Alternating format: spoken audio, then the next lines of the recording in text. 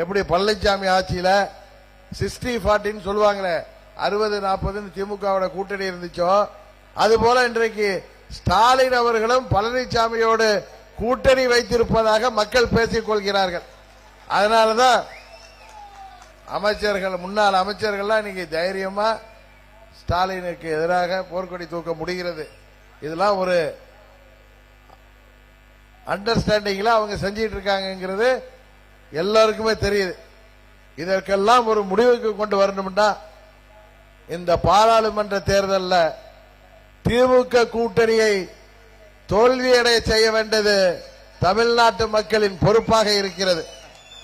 அண்ணன் ஸ்டாலின் பழனிசாமி செய்த துரோகத்தால் ஊழல்களால் மக்கள் கோபப்பட்டு திமுக திருந்தி இருக்குன்னு அவங்களுக்கு ஆட்சியை கொடுத்தாங்க.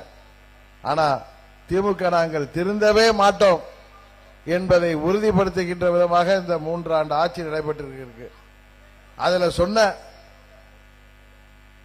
ஏதோ ஒரு 10% வாக்குறுதிகளை தான் அவங்க நிறைவேற்றிருக்காங்களே தவிர 90% வாக்குறுதிகளை 3 ஆண்டுகள் ஆகியும் இன்னும் நிறைவேற்றவில்லை. இப்ப கூட பார்த்திருப்பீங்க 2 நாளைக்கு முன்னாடி எப்படி தேர்தலுக்கு முன்னாடி 500க்கு மேற்பட்ட வாக்குறுதிகளை சொல்லி நம்ம தமிழ்நாட்டு மக்களை ஏமாற்றி ஆட்சி பொறுப்புக்கு வந்தாரோ அதே போல பாராளுமன்ற தேர்தலில் வெற்றி பெறணுங்கிறதுக்காக பட்ஜெட்டுங்கிற பேர்ல மறுபடியும் மக்களை ஏமாற்றுவதற்கான திட்டங்களை அறிவிச்சிருக்கார். ஏற்கனவே உங்களுக்கு தெரியும், போற இடத்துல எல்லாம் கேட்கிறாங்க மாணவர்களுக்கு புதிதாக 2500 கோடி ரூபாய் ஒதுக்கி இருக்கோம் கல்வி கடன் கொடுப்பதற்குன்னு.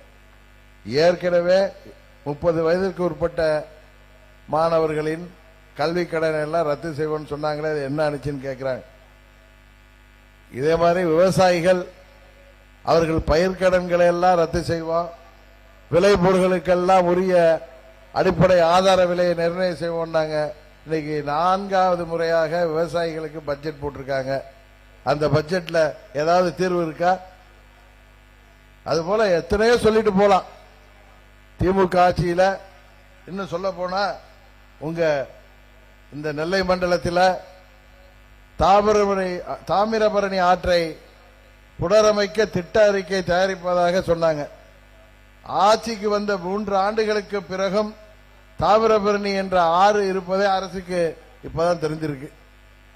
தூத்துக்குடி மாவட்டம் சிலானத்தம், அல்லிக்குளம், வேலாயுதபுரம், நமது நெல்லை மாவட்டம் கங்கை கொண்டான் பகுதிகளில் புதிய தொழில் பூங்கா உருவாக்கப்படும் தொழில்துறையின் கொள்கை விளக்க குறிப்பில் சொல்லி 2 ஆண்டு ஆகிறது. தொழில் பூங்கா பயன்பாட்டிற்கு வந்துச்சா?